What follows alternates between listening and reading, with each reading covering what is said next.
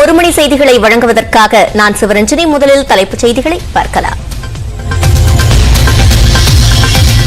பெங்களூரு அருகே 14வது விமான கண்காட்சி தொடக்கம். பொதுமக்களுடன் சாகசங்களை கண்டு ரசித்த பிரதமர் நரேந்திர மோடி.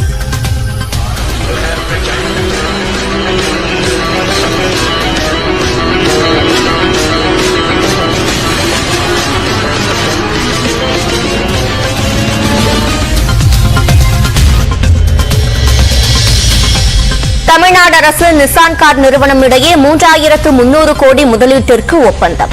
முதலமைச்சர் மு.க. ஸ்டாலின் முன்னிலையில் கையெழுத்து.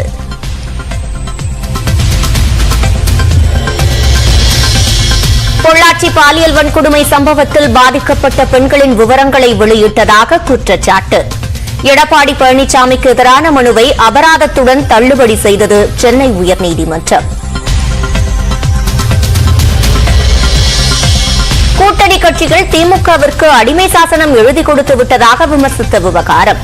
எடப்பாடி பழனிசாமிக்கு தமிழ்நாடு காங்கிரஸ் கமிட்டி தலைவர் கே.எஸ். அழகிரி கண்டனம். திருவண்ணாமலையில் கொள்ளை போன ஏடிஎம்களில் பணம் நிரப்பியவர்களிடம் விசாரணை. தனியார் பாதுகாப்பு நிறுவனத்தைச் சேர்ந்தவர்கள் காவல் நிலையத்தில் ஆஜர்.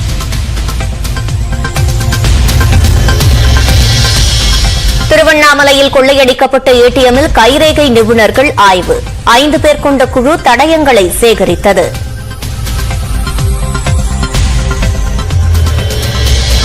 அதானி விவகாரத்தில் மல்லிகார்ஜுன கார்கே பேசிய கருத்துக்கள் அவை குறிப்பிலிருந்து நீக்கம். எதிர்ப்பு தெரிவித்து மாநிலங்களவையில் காங்கிரஸ் உள்ளிட்ட எதிர்க்கட்சியினர் அமளி.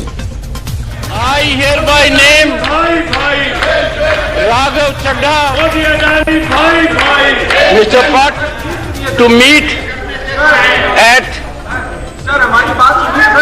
11:50. கோவை நீதிமன்றம் அருகே ஒருவர் வெட்டி கொலை. 5 பேர் கொண்ட கும்பல் அருவாள் சுத்தி கொண்டு தாக்கிய காட்சி வெளியானது.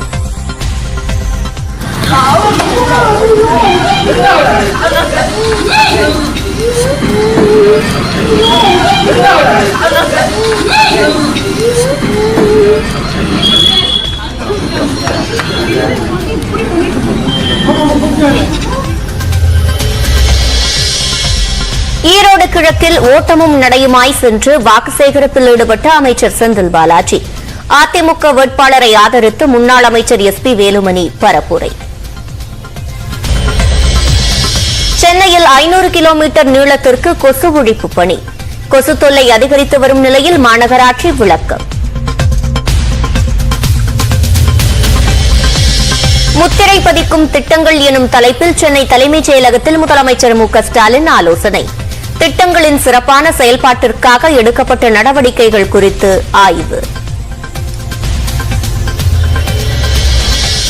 சிவகாசியில் 2 பெண்கள் கத்தியால் குத்தி கொலை. வாரிசு வேலை வாங்குவதில் ஏற்பட்ட போட்டியில் கொலை செய்த உறவினர் போலீசில் சரண்.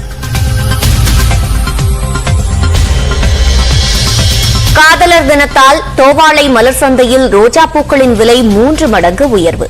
20 ரோஜாக்கள் கொண்ட ஒரு கட்டு 600 ரூபாய் வரை விற்பனை.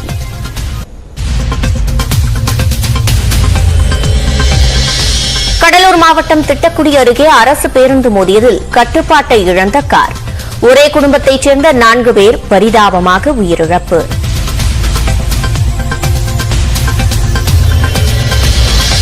நியூசிலாந்தில் கேப்ரியல் புயலால் கடும் வெள்ளப்பெருக்கு. மின்சார விநியோகமும் நிறுத்தப்பட்டதால் மக்கள் பாதிப்பு.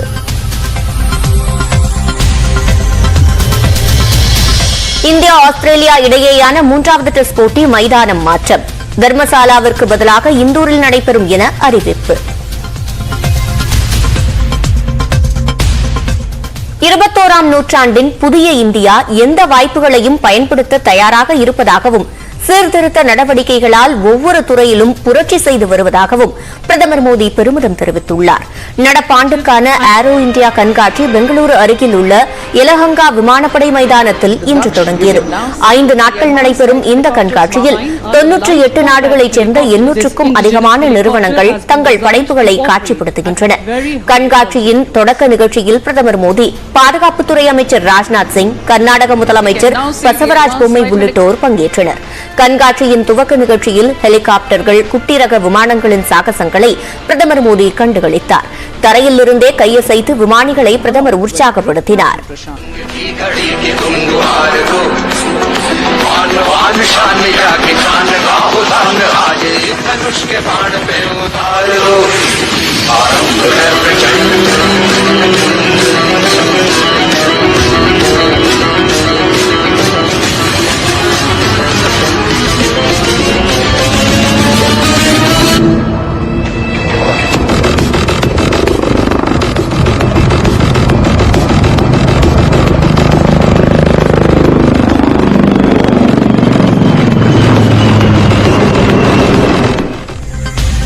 குருக்குல் என்ற அமைப்பை உருவாக்கும் சாகசத்தில் விமானப்படையின் மூத்த தளபதி VR சௌத்ரி பங்கேற்றார்.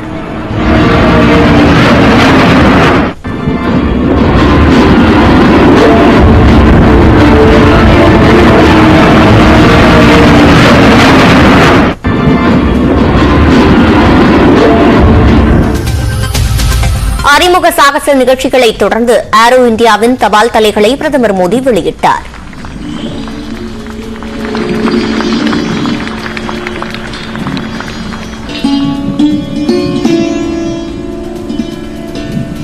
Thank you, sir. It is my privilege to request the Honorable Prime Minister, Shri Narendra Modi ji, to kindly address the distinguished gathering. பின்னர் பேசிய பிரதமர் மோடி, இந்தியாவின் திறமைக்கான எடுத்துக்காட்டாக ஏரோ இந்தியா நிகழ்ச்சி உள்ளது என்று தெரிவித்துள்ளார். 100க்கும் மேற்பட்ட நாடுகளிலிருந்து வந்திருந்த நிறுவனங்கள் அரங்குகள் அமைத்துள்ளதாகவும், பழைய சாதனை அளவுகளை நடப்பாண்டு ஏரோ இந்தியா நிகழ்ச்சி முறியடித்துள்ளதாகவும் பிரதமர் மோடி குறிப்பிட்டார். हम रिफॉर्म्स का रास्ते पर हर सेक्टर में रिवॉल्यूशन ला रहे हैं. जो देश दशकों से सबसे बड़ा डिफेंस इंपोर्टर था, वो अब दुनिया के 75 देशों को डिफेंस इक्विपमेंट एक्सपोर्ट कर रहा है. ஏரோ இந்தியா கண்காட்சியில் உள்நாட்டிலேயே தயாரிக்கப்பட்ட விமானங்கள் செய்த சாகசங்கள் பார்வையாளர்களை வெகுவாக கவர்ந்தன.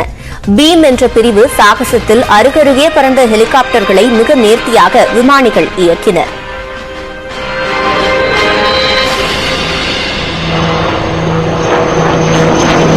Behind the Daksh, you can now see the advanced light helicopters Mark IV of the Indian Army, known as the Rudra. They are an advanced and armed variant of advanced light helicopter developed for attack role, close air support and high altitude. Dhruv, Prashanth மற்றும் கடற்படையில் பயன்படுத்தப்படும் இலகுரக ஹெலிகாப்டர்கள் அழகாக பறந்தும் கரணம் அடித்தும் செய்த சாகசங்கள் பார்வையாளர்களை ஈர்த்தன. Behind the Daksh, you can now see the advanced light helicopters Mark IV of the Indian Army, known as the Rudra. They are an advanced and armed variant of advanced light helicopter developed for attack role, close air support and high altitude operations. Next in line are the light combat helicopters Prachand of the Indian Air Force. This indigenous helicopter has been designed to operate at very high. வானின் கண் என்று வர்ணிக்கப்படும் நேத்ரா ரக விமானங்கள் புகையை வெளியேற்றியபடி பறந்து சென்றதை கண்காட்சிக்கு வந்தவர்கள் வியப்புடன் பார்த்தனர். Coming in from your left is the Embraer 145 aircraft mounted with an indigenous airborne early warning and control system known as Netra, our own eye in the sky. This high-value aerial asset is always accompanied by dedicated fire escorts to shoot down any potential threats during wartime.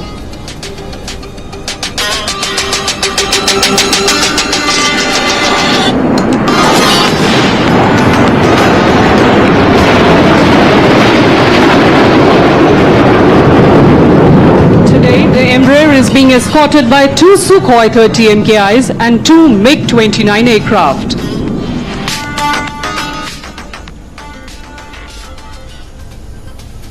புதிதாக 2000 வேலை வாய்ப்புகளை உருவாக்கும் வகையில் தமிழ்நாடு அரசுக்கும் Reynold Nissan நிறுவனத்திற்கும் இடையே புரிந்துணர்வு ஒப்பந்தம் கையெழுத்தானது.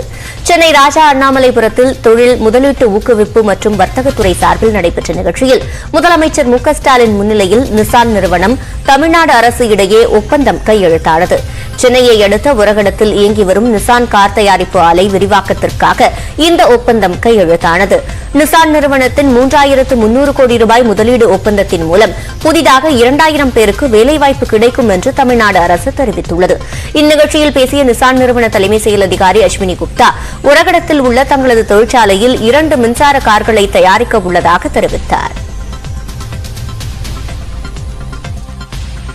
Today, we are thrilled to announce our new long-term vision for the country, where we introduce 6 new models, including 2 battery electric vehicles, to be made at our plant in Chennai.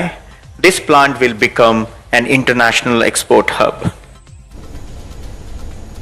Adani விவகாரம் தொடர்பாக மாநிலங்களவையில் எதிர்க்கட்சிகள் தொடர் அமளியில் ஈடுபட்டதால் அவை நடவடிக்கைகள் நாள் முழுவதும் ஒத்திவைக்கப்பட்டன. அடுத்த அமர்வு மார்ச் 13ஆம் தேதி கூடும் என அறிவிக்கப்பட்டுள்ளது. நாடாளுமன்ற பட்ஜெட் கூட்டத்தொடரின் முதல் அமர்வு இன்றுடன் நிறைவடைகிறது.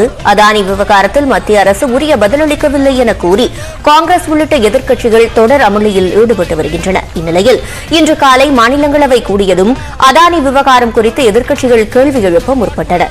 இதற்கு அவையை நடத்தி கொண்டிருந்த துணை குடியரசுத் தலைவர் ஜெகதீப் தன்கர் அனுமதி அளிக்கவில்லை. இதனையடுத்து அவரது இருக்கை முன்பு கூடிய எதிர்க்கட்சி எம்பிக்கள் தொடர் முழக்கங்களை எழுப்பினர்.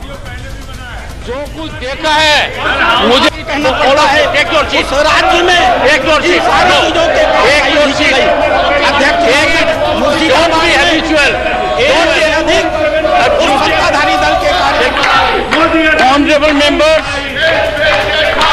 I hereby name Raghav Chadha.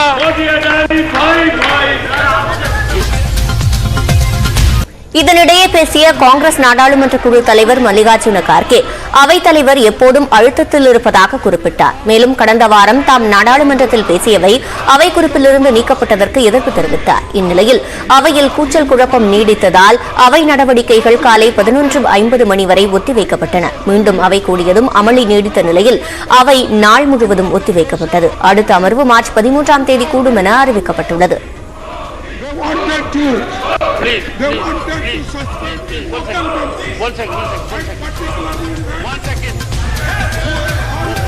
அதில் உண்மை இல்லாமல் இருக்காது. கோவை நீதிமன்றம் அருகே இளைஞர் ஒருவர் அரிவாளால் வெட்டிக் கொல்லப்பட்டுள்ளார். காயமடைந்த மற்றொரு இளைஞர் மருத்துவமனையில் அனுமதிக்கப்பட்டுள்ளார். கோவையில் ஒருங்கிணைந்த நீதிமன்றம் பின்புறம் காத்திருந்த 2 இளைஞர்கள் மீது 5 பேர் கொண்ட கும்பல் தாக்குதல் நடத்தியது. கத்தி, அரிவாள் கொண்டு விரட்டி விரட்டி தாக்கிய கும்பல் அங்கிருந்து இருசக்கர வாகனத்தில் தப்பியது.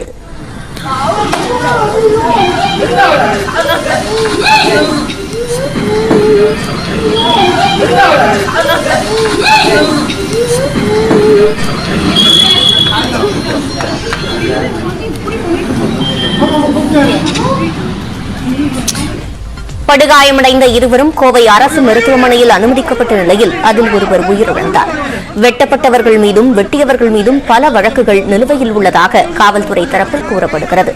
வழக்கிற்காக நீதிமன்றம் வந்த இருவர் மீது தாக்குதல் நடத்தப்பட்ட சம்பவம் கோவையில் பரபரப்பை ஏற்படுத்தியுள்ளது.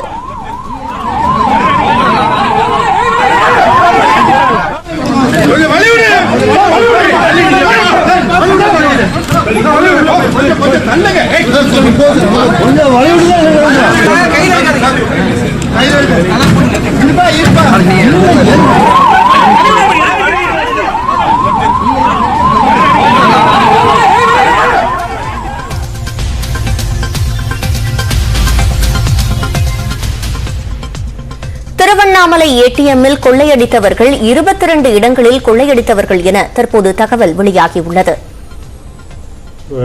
12th yesterday early morning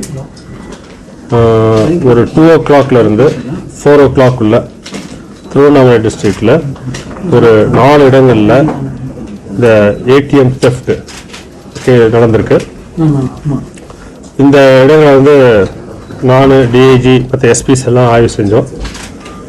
ஆய்வு செய்யும்போது நான் நேற்றே சொல்லியிருந்தேன், இது வந்து இந்த ஏடிஎம் பற்றி நல்லா தெரிஞ்ச செயல்முறை குற்றவாளிகள் தான் அதை செஞ்சுருக்கணும் அப்படின்னு சொல்லிட்டு எங்களுடைய அந்த கணிப்பு வந்து முற்றிலும் வந்து உண்மையாக இருக்குது. இது இந்த ஏடிஎம் சம்மந்தப்பட்ட திருடுகளை செய்யக்கூடிய ஒரு பர்டிகுலர் குரூப், வெளிமாநிலத்து குரூப், அவங்க தான் வந்து இதை ஆப்ரேட் பண்ணியிருக்காங்க. இதே மாதிரியான அக்கரன்சஸ் வந்து மகாராஷ்டிராவில் ஒரு 3 அக்கரன்ஸ் நடந்திருக்கு. தென் மத்திய பிரதேசத்தில் 2 நடந்திருக்கு, ஒடிசாவில் 1 நடந்திருக்கு, அஸ்ஸாமில் 1 நடந்திருக்கு. இந்த குரூப்பு இந்த எம்ஓ யூஸ் பண்ணி, இந்த செயல்முறையை யூஸ் பண்ணி தமிழ்நாட்டில் பண்ணுறது இதுதான் ஃபர்ஸ்ட் டைம். இதுக்கு முன்னாடி அவங்க ஏடிஎம் வந்து வேறு மாதிரியான ஏடிஎம் குற்றங்கள் பண்ணியிருக்கிறாங்க. உங்களுக்கே தெரியும், 2021 வருஷம் ஜூலையில் மாதங்களில் வந்து சென்னையில் வந்து ஒரு சென்னை சுற்றி இருக்கக்கூடிய இடங்கள், இன்னும் பண்ண திருவண்ணாமலை டிஸ்ட்ரிக்டும் கூட அப்போ உண்டு, வெள்ளூர் டிஸ்ட்ரிக்ட், இதெல்லாம் சேர்த்து பாண்டிச்சேரி, இதெல்லாம் சேர்த்து கிட்டத்தட்ட ஒரு 22 கேஸில் வந்து இதே மாதிரி ஏடிஎம் ஃப்ராட் நடந்துச்சு. அந்த ஏடிஎம் ஃப்ராட் வந்து அது ஒரு பர்டிகுலர் டைப் ஆஃப் டெபாசிட் மிஷினில் நடந்துச்சு. அதுவும் வந்து அந்த மிஷினுடைய செயல்முறைகளை கண்டிப்பாக தெரிஞ்சவங்க தான் அதை பண்ணியிருக்காங்க.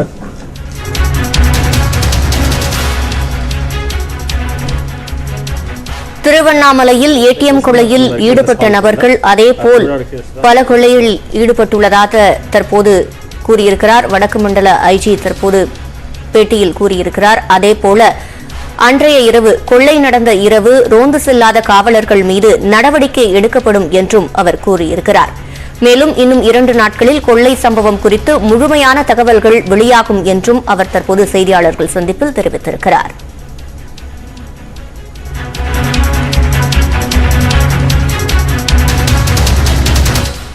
ஈரோடு கிழக்கு தொகுதியில் EVKS இளங்கோவனுக்காக ஆதரவு திரட்டும் வகையில் அமைச்சர் செந்தில் பாலாஜி ஓடி ஓடி வாக்கு சேகரித்தார்.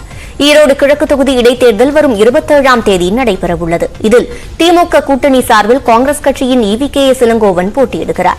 தேர்தலுக்கு 2 வாரங்களே உள்ள நிலையில் திமுக அமைச்சர்கள் KN நேரு, முத்துசாமி உள்ளிட்டோர் தீவிர பரப்புரையில் ஈடுபட்டுள்ளனர். இதன் ஒரு பகுதியாக வீரப்பஞ்சத்திரம் பகுதியில் அமைச்சர் செந்தில் பாலாஜி வீடு வீடாக சென்று இளங்கோவனுக்கு ஆதரவு திரட்டினார். குறிப்பாக மூலை முடுக்கெல்லாம் ஓடி ஓடி வாக்கு சேகரிப்பில் ஈடுபட்டார்.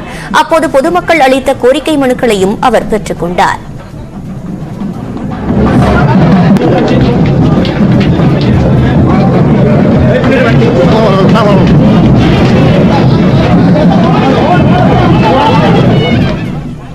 இதனிடையே அதிமுக வேட்பாளர் தென்னரசுவை ஆதரித்து சாந்தான்காடு, வீரப்பன் சத்திரம் உள்ளிட்ட பகுதிகளில் முன்னாள் அமைச்சர் SP வேலுமணி தீவிர பரப்புரையில் ஈடுபட்டார்.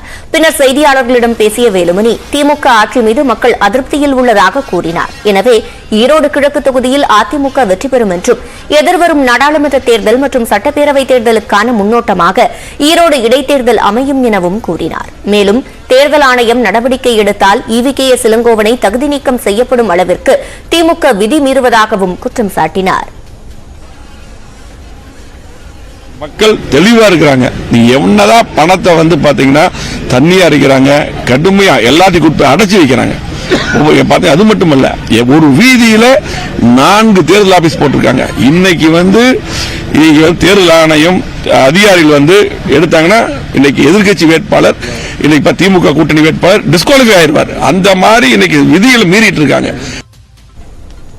திமுக கூட்டணியில் இருக்கும் கட்சிகள் திமுகவிற்கு அடிமை சாசனம் எழுதி கொடுத்து விட்டதாக எதிர்க்கட்சித் தலைவர் எடப்பாடி பழனிசாமி விமர்சித்ததற்கு காங்கிரஸ் மாநில தலைவர் KS அழகிரி கண்டனம் தெரிவித்துள்ளார்.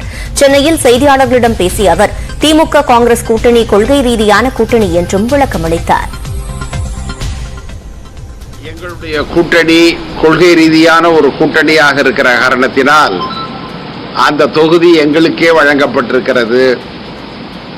ஆனால் அதிமுக முறை பிரகாரம் வாசன் அவர்களுக்கு அந்த தொகுதியை வழங்கி இருக்க வேண்டும். ஆனால் அவர்களிடமிருந்து அதை எடுத்துக்கொண்டு இவர்களே அங்கே நிற்கிறார்கள். அந்த கூட்டணியினுடைய தன்மையும் எங்களுடைய கூட்டணியினுடைய தன்மையும் இதுதான். இதை அதிமுகவினுடைய பொதுச் செயலாளர் எடப்பாடி பழனிசாமி புரிந்து கொள்ள வேண்டும். அவர் எங்களை பார்த்து சொல்லுகிறார், திமுகவினுடைய கூட்டணி கட்சிகள் அடிபணிந்து நடக்கிறார்கள் என்று சொல்லுகிறார்.